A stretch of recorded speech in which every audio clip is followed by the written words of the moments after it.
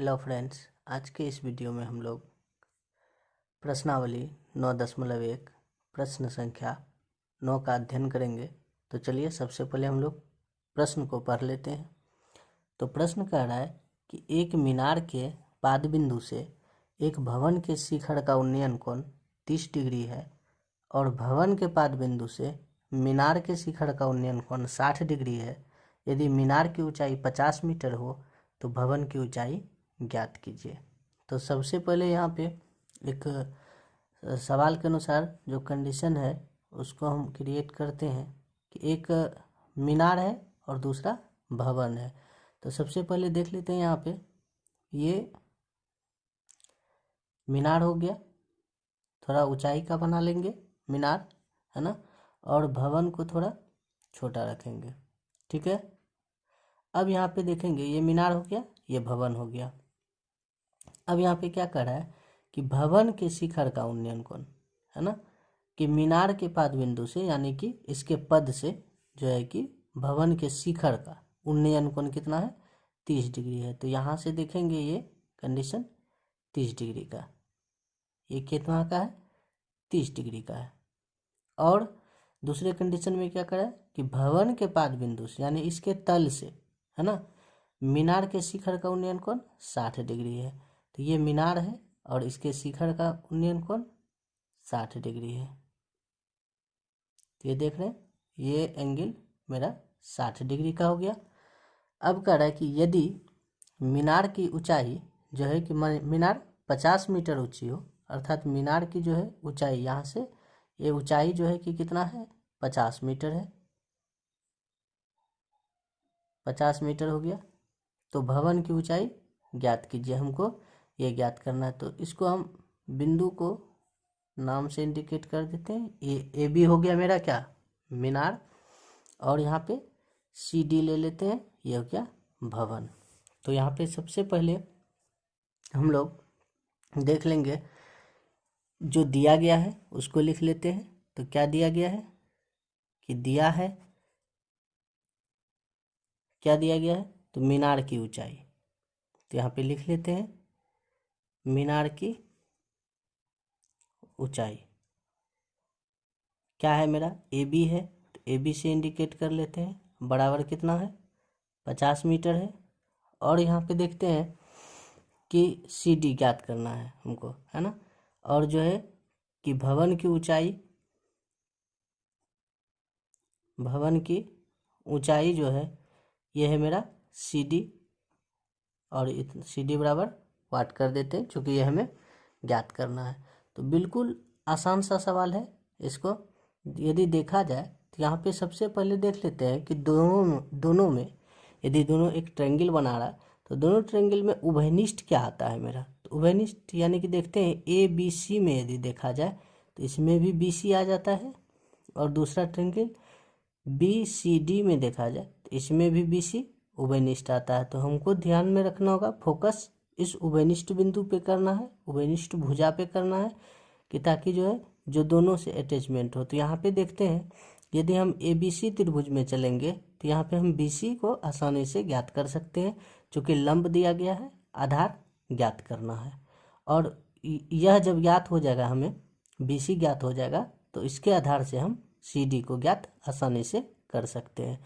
तो सबसे पहले हमको किस में चलना पड़ेगा, ए बी सी में चलना पड़ेगा।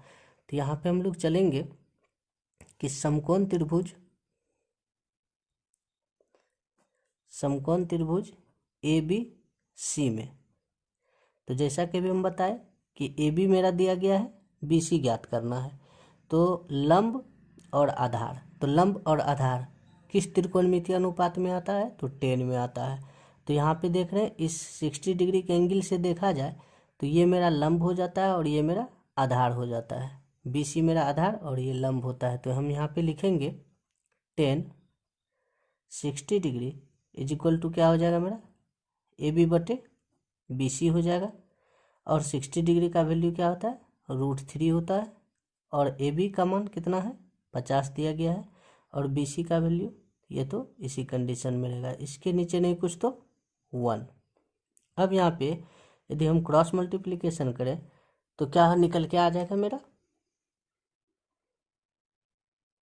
यहाँ पे, तो क्या निकल के आ जाएगा, √3 BC बराबर क्या, 50। तो इसलिए जो है कि ये गुना से भाग के रूप में जब आएगा तो क्या हो जाएगा मेरा, इसलिए BC बराबर क्या हो जाएगा, 50/√3 हो जाएगा। तो ये मेरा BC का मान ज्ञात हो गया।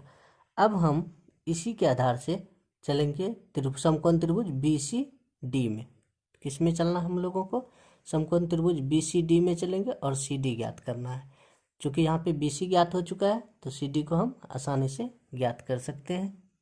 तो चलिए लिखेंगे यहाँ पे समकोण त्रिभुज BCD में, इसमें चलेंगे। अब यहाँ पे देखेंगे कि यदि ये समकोण त्रिभुज है, यहाँ पे चित्र में देख रहे हैं कि BCD, ये यदि समकोण त्रिभुज है तो इसमें से इस कोण के आधार से जो है, इस कोण के आधार से मेरा CD लंब हो जाता है और BC आधार हो जाता है। यहाँ पे ये ट्रायंगल में चलना है हमको, है ना। तो यहाँ पे देख रहे हैं कि 30 डिग्री के अनुसार से चलेंगे। तो यहाँ पे देखेंगे लंब और आधार, तो यहाँ भी हम किसका वैल्यू 10 का ही मान लेंगे और यहाँ पे लिखेंगे 30 डिग्री। इसके अनुसार से लंब मेरा CD और आधार BC हो जाता है, तो BC लिख लिए। देखेंगे यहाँ पे 30 डिग्री का वैल्यू कितना, 1/√3 और CD का वैल्यू ये तो हमें ज्ञात ही करना है।